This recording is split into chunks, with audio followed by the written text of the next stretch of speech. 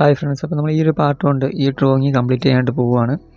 പിന്നെ നമുക്ക് ഒരുപാടൊന്നും വരയ്ക്കാനില്ല. നമുക്ക് ആ കഴുത്തിൻ്റെ ഭാഗം ഷെയ്ഡ് എടുക്കാനുണ്ട്. പിന്നെ ആ ടീഷർട്ടും വരച്ച് ആ കൈയുടെ ഭാഗങ്ങളൊക്കെ ഒന്ന് വരച്ച് എടുത്ത് കഴിയുമ്പോഴത്തേക്ക് ഈ ഡ്രോയിങ് കംപ്ലീറ്റ് ചെയ്യാനായിട്ട് സാധിക്കും. അപ്പോൾ കഴിഞ്ഞ 2 പാർട്ടും വരച്ച് നോക്കിയെങ്കിൽ ആ കാര്യങ്ങളൊക്കെ ഒന്ന് കമൻറ്റ് ചെയ്ത് അറിയിക്കുക. നിങ്ങൾക്ക് വരയ്ക്കാൻ പറ്റുമോ എന്നുള്ള കാര്യങ്ങളൊക്കെ ഒന്ന് കമൻറ്റ് ചെയ്ത് അറിയിക്കുക. അപ്പോൾ നമ്മൾ സ്കിൻ കളർ ഉപയോഗിച്ചിട്ട് തന്നെയാണ് കഴുത്തിൻ്റെ ഭാഗമൊക്കെ നമ്മൾ ഷെയ്ഡ് ചെയ്യുന്നത്. അതുപോലെ തന്നെ കുറച്ച് ഡാർക്ക് ഷെയ്ഡ് വരുന്ന ഭാഗത്ത് നമ്മൾ ബ്രൗൺ കളറും യൂസ് ചെയ്യുന്നുണ്ട്. അപ്പം ഈ ഒരു സൈഡിലോട്ട് നോക്കുന്ന സമയത്ത് അവിടെ കുറച്ച് ലൈറ്റ് നീരസം വരുന്നുണ്ട്. അപ്പോൾ ആ ഒരു ഭാഗത്ത് നമ്മൾ ലൈറ്റായിട്ടുള്ള സ്കിൻ കളർ കൊടുക്കുന്നുണ്ട്. പിന്നെ ടീഷർട്ടിന് നമ്മൾ ആ ഒരു ചേരുന്ന കളർ തന്നെ നമ്മുടെ ഒരു കളർ പെൻസിൽ നമ്മൾ കേട്ടിട്ടുണ്ട്. നമ്മളത് ആർട്ട് ലൈൻ്റെ പെൻസിലാണ് യൂസ് ചെയ്യുന്നത്. കാരണം ആ ഒരു കളർ നമുക്ക് ഈ ഒരു സെറ്റിൽ ഇല്ലായിരുന്നു. കാരണം ഇതിനകത്ത് കൂടുതലും സ്കിൻ കളറാണ് നമുക്ക് അവൈലബിളായിട്ട് വരുന്നത്. അതുകൊണ്ട് തന്നെ നമുക്ക് ബാക്കി കളേഴ്സൊക്കെ നമുക്ക് എന്താ പറയുക, എൻ്റെ കയ്യിൽ ആർട്ട് ലൈൻ ഇരുന്നുകൊണ്ട് തന്നെ ആ ഒരു കളർ നമുക്ക് യൂസ് ചെയ്യാനായിട്ട് സാധിക്കും. പിന്നെ കൈയുടെ ഭാഗത്ത് നമുക്ക് ഷെയ്ഡ് ചെയ്യാനുണ്ട്. ഈ പറഞ്ഞ പോലെ അത് കുറച്ച് ഭാഗം അവിടെ കാണുന്നുള്ളൂ. അത്ര ഭാഗം നമുക്ക് ഷെയ്ഡ് ചെയ്തെടുക്കണം. പിന്നെ ബൈക്കിൻ്റെ ആ ഒരു കണ്ണാടിയുടെ ഭാഗങ്ങളെ നമുക്ക് സെറ്റ് ചെയ്തെടുക്കാനുണ്ട്. നമുക്ക് ഏറ്റവും ബുദ്ധിമുട്ടുള്ള ഭാഗമായിരുന്നു ഫേസ് വരച്ച് ഒന്ന് എടുക്കാനുള്ള കാര്യം. അപ്പോൾ ആ ഒരു കാര്യം നമ്മൾ അത്യാവശ്യം നല്ല രീതിയിൽ തന്നെ ചെയ്തിട്ടുണ്ട്. അപ്പം ബാക്കിയുള്ള ഭാഗങ്ങളൊക്കെ നമുക്ക് അത്ര ബുദ്ധിമുട്ടില്ല.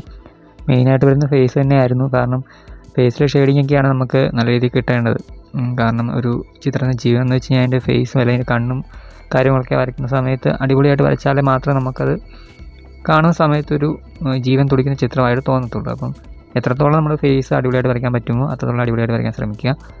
അപ്പോൾ കളർ പെൻസിലായതുകൊണ്ട് തന്നെ നമുക്ക് ഒരുപാട് സമയം വേണ്ടി വരുന്നൊരു കാര്യമാണ്. ഞാൻ നേരത്തെ പറഞ്ഞിട്ടുണ്ട്, നമ്മൾ സാധാരണ ഡ്രോ ചെയ്യുന്ന സമയത്തേക്കാളും കൂടുതൽ നമുക്ക് കളർ പെൻസിൽ ഡ്രോയിങ് ചെയ്യാനായിട്ട് വേണ്ടി വരും.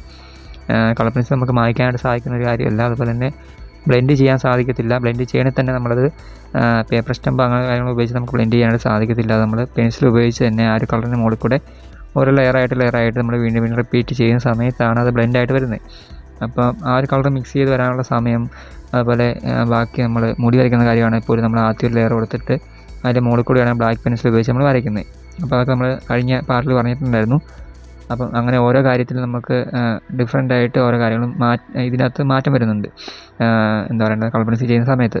അപ്പം അതേസമയം നമ്മൾ ബ്ലാക്ക് ആൻഡ് വൈറ്റ് ഡ്രോ ചെയ്യുന്ന സമയത്താണെങ്കിൽ നമുക്ക് ഈസിയാണ് പെട്ടെന്ന് ബ്ലെൻഡ് ചെയ്യാനും അതുപോലെ മുടി വരയ്ക്കാൻ കാര്യമാണെങ്കിലും പെട്ടെന്ന് അവിടെ നമുക്ക് ചെയ്തെടുക്കാനായിട്ട് സാധിക്കും. പക്ഷേ അതുപോലെ ഇതിൽ നടക്കത്തില്ല. അപ്പം കളർ പെൻസിൽ മെയിനായിട്ട് നമുക്ക് മുമ്പോട്ട് വരുന്ന സമയത്ത് നല്ല രീതിയിൽ ചെയ്യണമെന്നൊക്കെ ആഗ്രഹമുണ്ട്. അതുപോലെ ഓരോ കളർ പെൻസിൽ നമുക്ക് മാറ്റി വാങ്ങി ഓരോ ബ്രാൻഡ് നമുക്ക് മാറ്റി വാങ്ങി നോക്കിയിട്ട് അതിനെക്കുറിച്ചുള്ള അഭിപ്രായങ്ങളൊക്കെ നിങ്ങളോട് ഷെയർ ചെയ്യണമെന്നുണ്ട്. അപ്പോൾ ഇനിയുള്ള ദിവസങ്ങളിലൊക്കെ നമുക്ക് കളർ പെൻസിൽ ഡ്രോയിങ് കൂടുതലായിട്ട് ഉൾപ്പെടുത്താനായിട്ട് ശ്രമിക്കുക. അപ്പോൾ നിങ്ങൾക്ക് കളർ പെൻസിൽ ഡ്രോയിങ് പഠിക്കാൻ താല്പര്യമാണെങ്കിൽ ആ കാര്യങ്ങൾ തീർച്ചയായും നിങ്ങളൊന്ന് കമൻറ്റ് ചെയ്ത് അറിയിക്കുക. അപ്പം കളർ പെൻസിൽ ഡ്രോയിങ് വലിയൊരു വ്യൂ വരുന്നില്ല. കാരണം ഞാൻ നോക്കിയിട്ട് നേരത്തെ ഇട്ട ഡ്രോയിങ്ങിനേക്കാളും വ്യൂ കുറവാണ്. അപ്പം ഒരുപാട് പേര് കമൻറ്റ് ചെയ്ത് ചോദിച്ചിട്ടാണ് ഞാനിപ്പോൾ കളർ പെൻസിൽ ഡ്രോയിങ് ചെയ്തിരിക്കുന്നത്. പിന്നെ എന്തെങ്കിലും ഡൗട്ട് ഉണ്ടെങ്കിൽ നിങ്ങൾക്ക് ചോദിക്കാവുന്നതാണ്. അപ്പം ഒരുപാട് പേരും മിക്കവരും ഡൗട്ട് ചോദിക്കാറുണ്ട്, എന്നാലും തീരെ കുറവാണ്. കളർ പെൻസിൽ ഡ്രോ ചെയ്യുന്ന സമയത്ത് തീരെ ഡൗട്ടൊക്കെ കുറവാണെന്ന് എനിക്ക് തോന്നുന്നു. അപ്പം നിങ്ങൾക്ക് ഡൗട്ട് ഉണ്ടെങ്കിൽ ചോദിക്കാം.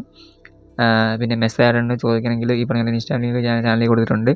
അപ്പോൾ ഇൻസ്റ്റാഗ്രാം വഴി വന്നിട്ട് നിങ്ങൾക്ക് മെസ്സേജ് ആയിട്ടുണ്ടെങ്കിൽ ചോദിക്കാം. നിങ്ങൾ വരച്ച ഡ്രോയിങ് കൊണ്ട് അയച്ചു തന്നിട്ട് അതിൻ്റെ അകത്ത് എന്തെങ്കിലും മിസ്റ്റേക്ക് ഉണ്ടെങ്കിൽ ഞാൻ നിങ്ങൾക്ക് പറഞ്ഞു തരുന്നതായിരിക്കും. അപ്പം അയച്ചു തരാൻ പറ്റുമെങ്കിൽ ജസ്റ്റ് ഒന്ന് അയച്ചു തന്നിട്ട് കാര്യങ്ങളൊക്കെ ചോദിക്കാവുന്നതാണ്.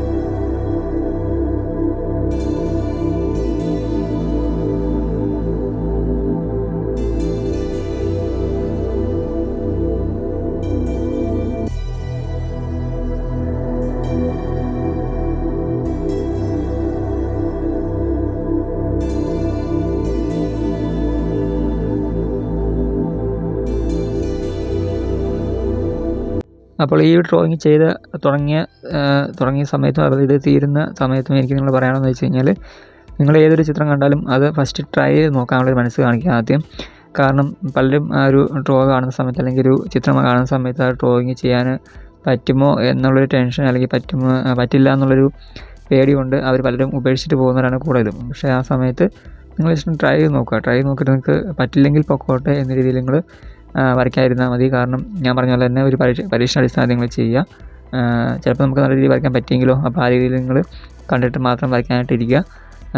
തീർച്ചയായിട്ടും വരയ്ക്കാൻ പറ്റും. കാരണം നമുക്ക് ഒരു ചിത്രം കാണുമ്പോൾ തന്നെ നമുക്ക് മനസ്സിലാകും നമ്മളെക്കൊണ്ട് വരയ്ക്കാൻ പറ്റുമോ ഇല്ലെന്ന് കാര്യം. അപ്പോൾ നിങ്ങളുടെ മനസ്സിൽ നിങ്ങൾക്ക് അത് തോന്നുന്നുണ്ടാവും, നമുക്ക് വരയ്ക്കാൻ പറ്റും എന്നുള്ളൊരു മോട്ടിവേറ്റായി നമുക്ക് മനസ്സിൽ തന്നെ തോന്നുന്ന സമയത്ത് തീർച്ചയായിട്ടും ഇരുന്ന് വരയ്ക്കാനായിട്ട് ശ്രമിക്കുക. കാരണം പല ഡ്രോയിങ്ങും അല്ലെങ്കിൽ പല ചിത്രങ്ങളും നിങ്ങൾ വിട്ടുകളയുന്നതനുസരിച്ച് മുമ്പോട്ട് നമ്മൾ പഠിച്ച് വരുന്ന സമയത്ത് ഇങ്ങനെയുള്ള ചിത്രങ്ങളൊക്കെ നമ്മൾ പഠിച്ച് പോയാൽ മാത്രമേ നമുക്ക് കൂടുതലായിട്ട് ഡ്രോയിങ്ങിനെ കുറിച്ച് മനസ്സിലാക്കാനും പഠിക്കാനും സാധിക്കത്തുള്ളൂ. അപ്പോൾ നമ്മൾ നല്ല രീതിയിലൊക്കെ വളർന്നു വരുന്ന സമയത്ത് നമുക്ക് ഒരുപാട് ചിത്രങ്ങളൊക്കെ വരയ്ക്കാനായിട്ടൊക്കെ കിട്ടും. അപ്പോൾ ആ സമയത്ത് നമ്മൾ ഏത് ടൈപ്പിലുള്ള ചിത്രങ്ങൾ നമുക്ക് കിട്ടുമെന്ന് പറയാൻ പറ്റത്തില്ല. അപ്പോൾ ഏത് ടൈപ്പ് ചിത്രങ്ങൾ കിട്ടിയാലും നമുക്ക് അത് വരച്ചെടുക്കാനുള്ള ഒരു ടാലൻറ്റ് നമുക്ക് ഉണ്ടാക്കിയെടുക്കണം. അപ്പോൾ അതാണ് നമുക്ക് ആദ്യം ചെയ്യേണ്ടത്. അപ്പം ബിഗിനറായിട്ട് വരുന്ന എല്ലാവരോടും എനിക്ക് പറയാനുള്ളതാണ്. അപ്പം അതിനുവേണ്ടിയുള്ള ഓരോ വീഡിയോസൊക്കെ നമ്മൾ ഈ ചാനൽ തന്നെ ഇടുന്നുണ്ട്. കാരണം എൻ്റെ പഴയ ഡ്രോയിങ് ബുക്കൊക്കെ നിങ്ങളെ ഞാൻ കാണിക്കാറുണ്ട്. അപ്പോൾ ആ ലെവലിൽ നിന്ന് നമ്മൾ ഇത്രയൊക്കെ വന്നിട്ടുണ്ടെങ്കിൽ നിങ്ങൾക്കും, അല്ലെങ്കിൽ എനിക്ക് വരാൻ പറ്റിയിട്ടുണ്ടെങ്കിൽ നിങ്ങൾക്കും വരാൻ പറ്റും. നിങ്ങൾക്ക് നല്ല രീതിയിൽ വരയ്ക്കാൻ പറ്റും. അപ്പം തുടർന്ന് എൻ്റെ ചാനൽ വാച്ച് ചെയ്യുക. അപ്പം ഇതിലിടുന്ന വീഡിയോസൊക്കെ കണ്ടിട്ട് അതൊക്കെ ഒന്ന് ട്രൈ ചെയ്ത് നോക്കുക. നിങ്ങൾക്ക് വരയ്ക്കാൻ പറ്റും, ഉറപ്പായിട്ട് ഞാൻ പറയുകയാണ്, നിങ്ങൾക്ക് വരയ്ക്കാൻ പറ്റും. അപ്പോൾ തീർച്ചയായിട്ടും നിങ്ങൾ പ്രാക്ടീസ് ചെയ്യാനുള്ള മനസ്സ് നമുക്ക് ഉണ്ടാക്കിയെടുക്കുകയാണ് മെയിനായിട്ട്. കാരണം നമുക്ക് ഡ്രോയിങ്ങിന് നല്ല ക്ഷമ വേണ്ട ഒരു കാര്യമാണ്.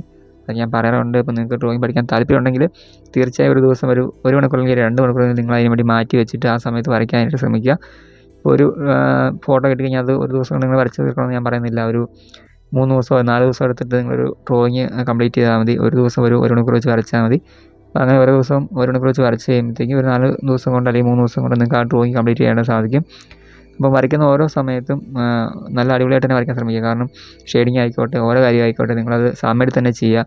അപ്പോൾ കണ്ണ് വരയ്ക്കുന്ന കാര്യമൊക്കെ മിക്കവർക്കും കണ്ണ് വരയ്ക്കുന്ന സമയത്തൊക്കെ ഒരുപാട് തെറ്റിപ്പോകാറുണ്ട്. അപ്പോൾ കണ്ണ് വരയ്ക്കുന്ന കാര്യമൊക്കെ ഫോട്ടോ നല്ല രീതിയിൽ സൂം ചെയ്ത് തന്നെ കണ്ണിൻ്റെ ഓരോ ഡീറ്റെയിലും കാര്യങ്ങളൊക്കെ ചെയ്യാനായിട്ട് ശ്രമിക്കുക. അതുപോലെ ഷെയ്ഡിങ് ആയിക്കോട്ടെ, അതും നല്ല രീതിയിൽ തന്നെ നിങ്ങൾ ചെയ്യാനായിട്ട് ഓരോ ഭാഗത്ത് ലൈറ്റ് അടിക്കുന്ന ഭാഗങ്ങൾ, അതുപോലെ ഷാഡോസ് വരുന്ന ഭാഗങ്ങൾ, കട്ടിക്ക് ഷെയ്ഡ് വരുന്ന ഭാഗങ്ങൾ, അതുപോലെ കട്ടി കുറച്ച് ഷെയ്ഡ് ചെയ്യേണ്ട ഭാഗങ്ങൾ, അങ്ങനെ ഓരോ ഭാഗങ്ങളും ഡീറ്റെയിൽ ആയിട്ട് എടുത്ത് തന്നെ ഫോട്ടോ സൂം ചെയ്ത് തന്നെ നിങ്ങൾ വരയ്ക്കാനായിട്ട് ശ്രമിക്കുക. അങ്ങനെ ഓരോ കാര്യങ്ങളും, അതുപോലെ മുടി വരയ്ക്കുന്ന കാര്യം ആയിക്കോട്ടെ, എന്താണെങ്കിലും അത് ആ ഒരു ഭാഗം ഇപ്പോൾ നമ്മൾ ഗ്രിഡ് മെത്തഡ് വെച്ച് വരയ്ക്കുന്നെങ്കിൽ ആ ഒരു കോളംസ് നോക്കിയിട്ട് ആ ഒരു കോളം തന്നെ സൂം ചെയ്തെടുത്തിട്ട് അതിൻ്റെ അകത്ത് എന്തൊക്കെ കാര്യങ്ങളാണ് വരുന്നത് അത് കറക്റ്റായിട്ട് തന്നെ ചെയ്യാൻ ശ്രമിക്കുക. അപ്പോൾ ഔട്ട്ലൈൻ ചെയ്യുന്ന സമയത്ത് ഇതുപോലെ തന്നെയാണ് ഞാൻ പറയാറ്. കാരണം നമ്മൾ ഔട്ട്ലൈൻ ചെയ്ത് എത്ര അടിപൊളിയായിട്ട് ഔട്ട്ലൈൻ ചെയ്താൽ മാത്രമേ നമുക്ക് അടിപൊളിയായിട്ട് വരയ്ക്കാൻ സാധിക്കുള്ളൂ. കാരണം ഔട്ട്ലൈൻ അത്ര ഇമ്പോർട്ടൻ്റ് നല്ല സമയത്ത് തന്നെ നിങ്ങൾ ഔട്ട്ലൈൻ ചെയ്യാനായിട്ട് ശ്രമിക്കുക. അതുപോലെ ഇപ്പോൾ പറഞ്ഞ എല്ലാ കാര്യങ്ങളും നിങ്ങൾ നല്ല സമയത്ത് തന്നെ ചെയ്യുക. അതാണ് ഞാൻ പറഞ്ഞത്. ഓരോ ദിവസം വെച്ച് എത്ര മണിക്കൂർ വെച്ച്, അല്ലെങ്കിൽ ഒരു കുറച്ച് സമയം, ഒരു 1/2 മണിക്കൂറാണെങ്കിൽ പോലും നിങ്ങൾക്ക് അതിന് വേണ്ടി സമയം കണ്ടെത്താൻ പറ്റുമെങ്കിൽ തീർച്ചയായും നിങ്ങൾ ആ സമയത്തിട്ട് വരയ്ക്കാനായിട്ട് ശ്രമിക്കുക. അപ്പം ഈ പറഞ്ഞ കാര്യങ്ങളൊക്കെ ഒന്ന് ഫോളോ ചെയ്ത് പോവുക. തീർച്ചയായിട്ടും നിങ്ങൾക്ക് നല്ലൊരു ആർട്ടിസ്റ്റായിട്ട് മാറാനായിട്ട് സാധിക്കുന്നതായിരിക്കും.